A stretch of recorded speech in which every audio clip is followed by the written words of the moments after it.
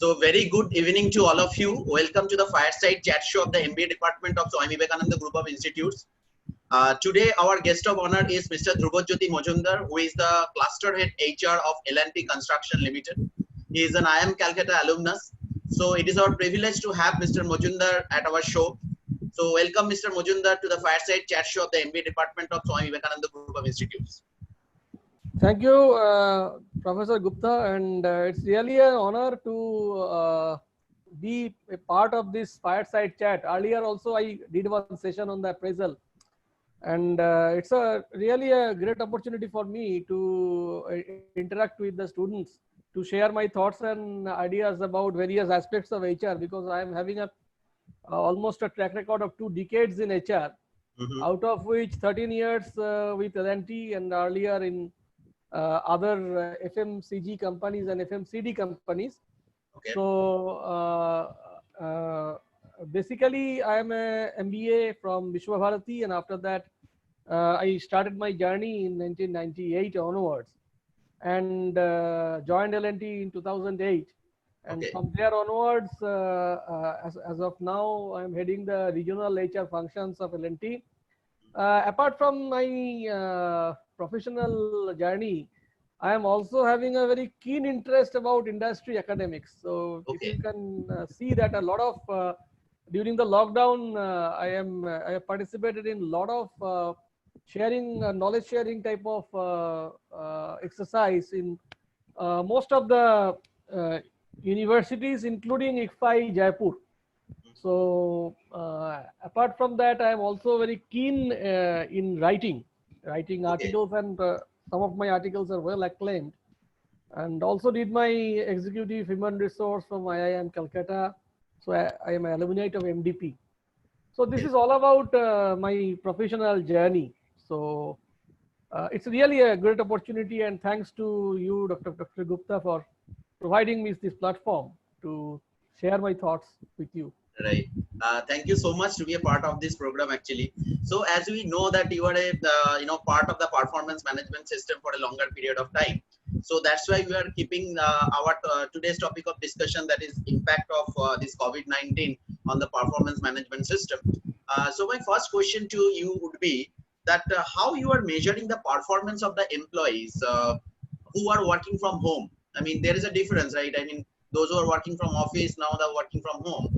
So how, being a HR professional, is there any special strategies you are adopting to evaluate the performance of them? During this COVID pandemic, both in the lockdown and also in the unlocking, at that point of time, since we are a project organization, so our project sites are scattered across the globe. So one of the major challenges is work from home, as you all know, because earlier we are never accustomed to this new practice, or the new normal practice of the working from home. So ideally speaking, there is no such foolproof method of capturing the performance during the lockdown period. But at the same time, there are some targets and there are some HR deliverables and other business deliverables are there. Whether those deliverables are being addressed and those deliverables are being delivered on time, that is one of the most important measuring yardstick in respect of performance management system. So we are trying to capture as much as possible the deliverables part, and the deadline set for each deliverables, and how the job holders is achieving that.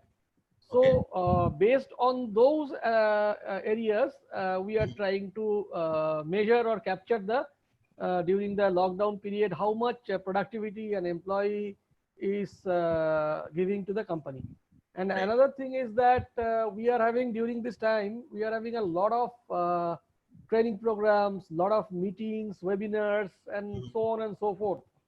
So whether those employees are really interested or adding value to it or not, and whether they are attending it or not, can also be one of the yardstick. But if you ask me that any strict guidelines or benchmark per se in the appraisal system, that is yet to be developed, but yes, of course, we are working on it, and very soon it will be in the place, so that we can also in the new normal life, because in the new normal life you may be aware that Right. a lot of government advisories and company advisories, state advisories, everything, and SOP following of the SOP and other norms has to be complied upon. So for that, we have to create a cohort of the staff force Right. to call them in the duty. So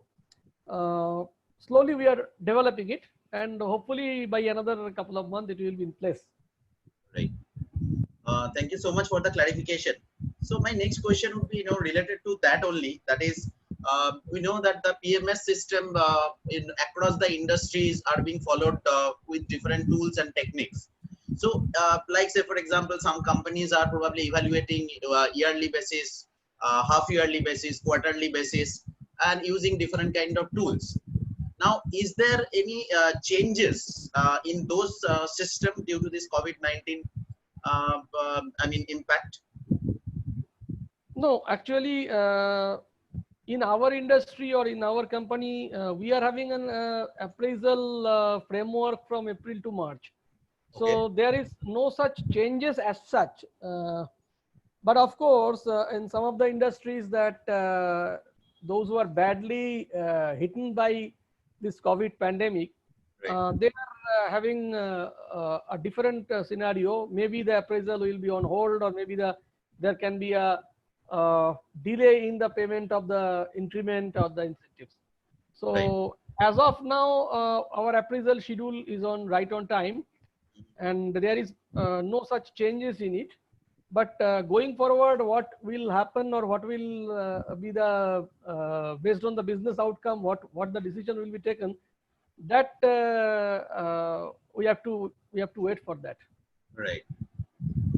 Yeah. Actually, thanks for the clarification. A lot of people are having these questions in mind that how the industry is, Yeah. adapting to the situation. Sir, my next question would be like being an HR faculty, I used to teach in the classroom about different kind of raters biases like this halo effect, stringency effect, this recency effect, etc. So does it really, a case in the industry? And if that, so how you are handling those kind of situation? Uh, yes, in the all the management books, we are having a rater biasness is one of the very interesting topic that every management students are interested into. Even Right. in our student days also, we are very much keen to know what type of psychological or mental dilemma and rater is facing while assessing the performance of the job holder. Now, in reality also, we have seen that the biasness are there, very much their biasness are there, and most of the biasness are the recency effects is there. Means that suppose a person or a group of person for which a fatal accident took place in that particular year, there can be a adverse suffering for that particular group of people in the appraisal system or in the appraisal. Right. Another thing is that maybe what some of the unique biasness are also there, in particularly in the construction industry, not only in our company, but it is across the construction industry. There can be one sort of unique biasness I have seen, and that is very difficult to overcome, because in the construction industry, which is a seasonal in nature, people are transferred every 2 or 3 years from one place to another. And when the person is moving from one place to another, at that point of time, when we are assessing the people on the forced distribution method, those people are being rated a little bit low, because this person is no longer be that into the population of that particular region. Mhm. So this type of biasness are there, or the primacy effects is also there. Right. But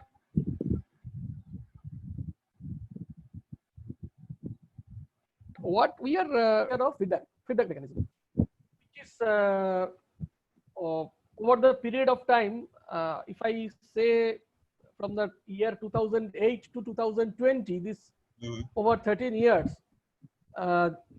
appraisal system in our company has grown a lot. It has shifted its paradigm in a very robust manner. So from absolutely no feedback to a considerable amount of feedback to the job holders and their performance, their key result areas or demarcation of the key result areas of the key performance indicators, regular and frequent feedbacks are there. So in that respect, we have our journey is quite memorable and cherished, because from zero feedback to a robust feedback is being given to the people. That is truly really great. Okay. So that means you want to say that whatever we are teaching in the classroom, there is some industry exposure. I mean, there are some those kind of issues are available, prevalent Absolutely, in the industry as well. Absolutely, because the those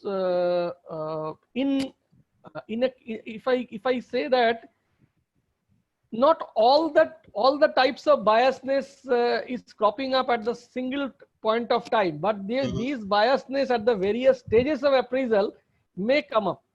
Right. It may come up in various point of time. Those people are having this recency effect, particularly recency effect or the primacy effect. Right. Suppose the person is at the beginning of the appraisal or the last year's appraisal time, Right. he did something bad thing. That anchoring always been done and compared when this year appraisal is being done. So this type of biasness or subjectivity are there into the appraisal system, and I think that in every organization's appraisal system is maybe having this type of biasness Right. to some degree or other. Right. Basic human psychology, actually, this is a part of the human psychology also. So we cannot avoid it. It would be a part, but somehow we need to handle it. Correct. Positively, actually. How to handle is the main factor. Right. How you are handling the appraisal system and its feedback system and post appraisal demotivation, demoralization, and the shock. I would like to say it as an appraisal shock. Right. Those who are rated good, they are also thinking that I should be rated as outstanding, or those who are not rated so good, they are thinking that I have been penalized by some people or the group of people. Right. Yeah, thank you for the explanation, sir. My next question is a little bit different. Probably you know that we are preparing some video resume for our MBA student. So I just wanted to understand, it is a totally testing phase for us. We are just preparing a couple of videos. So how this is going to impact the overall recruitment process in future? So is this video resume can be the future, replacing the text resume? Yeah, I have seen that video resume of one of your students. It's sound quite interesting. But at the same time, I would like to say, rather than I would like to prefer, or in our organization, what I have seen that a lot of resume we are screening, which are based on the infographics. So infographics can also be a good way to showcase because at the end of the day, we are still in the phase where we are as a conservative organization, we would like to have this hard copy CV. So in the hard copy CV, the infographics is a very good way to highlight your or showcase your competencies, interest, qualification, and so on and so forth. But at the same time, some of the industries like the IT industry or the FMCG companies, they can go for this video CV or the or this type of new intervention. Right. But maybe going forward, we will also be adapting the similar technology, because a lot of artificial intelligence, machine learning, and other sort of digitalization are being practiced in our organization as well, in a very a greater way, particularly after this pandemic, where the situation demands so, because today it is the business demand to pave the growth of this digitalization and the AI for the better productivity and utilization of the resources. Right. So in that respect, maybe in the going forward, you would like to have this type of videographic or video CVs that Right. I came across. Right. But thank you for your suggestion. That is, there's a very good suggestion that adding some infographics in the hard copy CV, so that will probably increases the chances of getting the attention of the HR or the Yeah, recruiter to it's a get quite shortlisted. eye catchy type of things. Right. It's quite eye Right. catchy. Right. Thank you, sir. So my next question would be: there is a chance, this is my personal apprehension, that due to this COVID-19 pandemic, that a lot of people who are whose job mainly into outbound, going to the market, doing work, but they are not able to do that. They are working from home, so definitely they are not able to achieve whatever they are supposed to achieve. So is that going to lead to some this fundamental attribution error in the performance appraisal system? That is There can be a probability, because some of the functions, if you see across the industry, those functions cannot be done without the interaction or interface with the people or the teammates, or also some of the functions like assembly line operations, where the people has to work through their own hands with tools and tackles. Or you just now highlighted the sales force, those who have to go to the market. Right. So for them, this type of attribution error may crop up. But that is also prevalent for our execution engineers, particularly for whom they have to be in the sites. So some of them are unable to go to the site. So this type of attribution error may crop up of late, but we are trying to mitigate it by continuous dialogue and continuous earmarking of the deliverables, and upgrading their skills, so that they can elevate it to such a level that without their intervention, they can do other things also. It is a redeploying into the other field. True. So that's the thing, because a lot of people are having that apprehension. So it is good to know that the companies are taking initiative to overcome those problems. So that's the thing. So my next question would be, that is how the industry measure the performance of the fresher. Is there any difference in measuring the performance of an experienced employee and those who have newly joined in the organization? Those who are newly joined in the organization, we don't have any differentiated benchmark for them. They are measured in the similar way like the other industries. And for the initial level, they are having, because we are having a two-type of scheme. One is the graduate engineer trainee and diploma engineer trainee. Okay. And for both of them, we are having a 1 year training period. Okay. And during this 1 year training period, they are being given a lot of exposure towards training, towards hands-on experience, workshop, live projects, so on and so forth. And based on which we are periodically reviewing their performance and feedback. So while the periodic and also graduate engineer trainees are also having a very robust and meticulous job rotation schedule. So every discipline they are being rotated within the 1 year before they are moving to their actual core function for which they are initially selected. So for them, we are having a half yearly review and annual review. So during those review, we are trying to highlight their or assessing their performance in respect of their communication skill, their business acumen, then their presentation skill, clarity of thought, leadership, and mobility, and interest in the job as a whole. Or have they also do something extra, or have they worked for an extra mile or not? That is also can be another benchmark for their better assessment score. Right, right, fine. So, and their performance in their job, and going some extra miles to do something extra innovatively.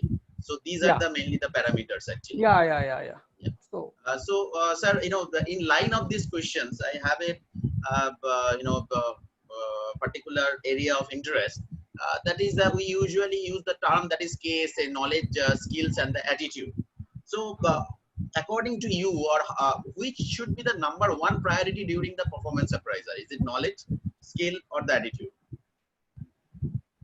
yeah, actually, if you ask me personally, I will go for that attitude.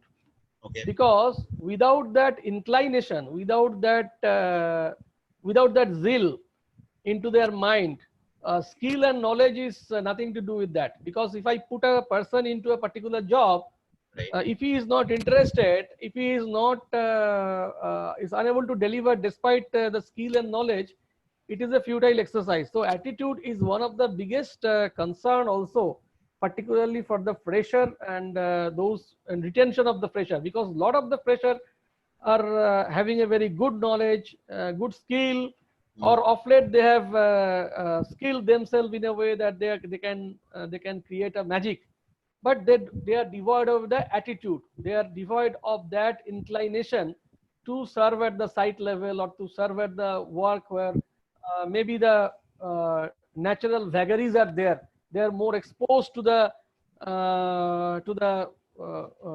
scorching heat or the winter. So sometimes they feel that I am not the right fit for this particular, because construction industry, if you see, it's a tough industry. If you have to serve the industry, if you have to grow in the industry, so you have to make some sacrifices, without which it's very difficult to shine. And this attitude part is one of the biggest part, and the biggest I think the contributor for the performance or non-performance from a fresher. Right, true. Yeah, actually, we are also trying to teach our students, specifically this MBA and the management students, that you should be having the right positive attitude towards the job. So probably that will help you out to overcome some of your scarcity in the knowledge and the skills. If you have a right attitude, probably you can develop your skills, develop your knowledge. So that will help you out. So thank you, sir, for clarifying the things. Probably this video would be available for the larger community of the students. So hopefully they would be able to understand that what is actually required in the industry. That is, it is not only the knowledge and the skill that people are thinking that I have scored 90% and I am having this kind of skill set, so I should be getting this kind of opportunity. But it is a fact that if you are not having the right attitude, you may not be able to get or may not be able to be successful actually in the industry. Because the skill you can always teach, or you can always pick up from various sort of planned intervention. Knowledge, that also from those who are passing from the B school or the engineering colleges, they are having their enough knowledge, but the inclination is missing. The inclination is the biggest challenge also. And another part I would like to address in this particular discussion, that engagement and the taking the responsibility or the ownership. Right. It is a really biggest challenge, and in your B school also you can try to hammer it out to the students that without their ownership and responsibility, owning the responsibility, it's very difficult to shine in this tough market. So every organization is looking for a people to whom it can depend upon. And for that, the person has to be a bit, it he or she should take the adequate amount of responsibility and own the responsibility. Right, sir. Right. Because this is a very good point, sir. That is that ownership, taking the ownership. That is, and the building the reliability. That the people in the company should be able to rely on you, trust, have a good trust factor. That yes, if I'm giving this responsibility, it would be completed, or if not completed, definitely would be communicated at an appropriate time. That is very Yeah, yeah. important, actually. Right, sir. So my last question to you would be, sir, as the student community will be having a question, that is how the HR people actually measure an interviewee during an interview. As the number of vacancies is usually less and the more number of applicants. So who are the person you like the most? I mean, what are the characteristics they should have?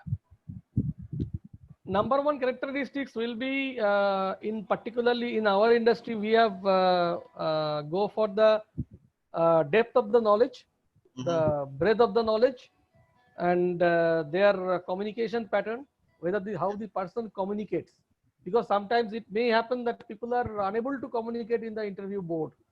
So that is the most fatal part of the any interview process. So communication should be very good or reasonably good, I should say, and he or she should express himself in a positive way and try to leave a good image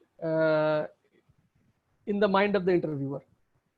Another thing will be their leadership capability or the leading the team, because some of the cases or some of the companies are recruiting the management graduates, giving them a small sort of projects or group projects to do the group projects and do the discussion type of things. So there are a lot of leadership skill are being tested upon. So leadership skill, another thing. Another thing is that some of the companies that like we are also doing the one thing, that is conducting an extempore. How the person instantly think and instantly speak with clarity of thoughts, with generating of ideas or the number of ideas generated, and creating of options like that. So you can also go for this extempore. It will definitely help out the students to speak spontaneously. Right. The spontaneity of speaking power will increase by these extempore exercises. So that is another part. And extracurricular activity, particularly those who are in the field of sports or something, sports and music and all. And if they are having achieved some good reputation, it will also showcase their leadership capability and how they can work in a team, particularly those who are in the football or cricket or the basketball team or captain. So it will also highlight their leadership capability, at the same time how they are working in the teams. So so team thing, and also interpersonal effectiveness. Right. So these are some of the areas where we are checking or assessing the trainees. Right.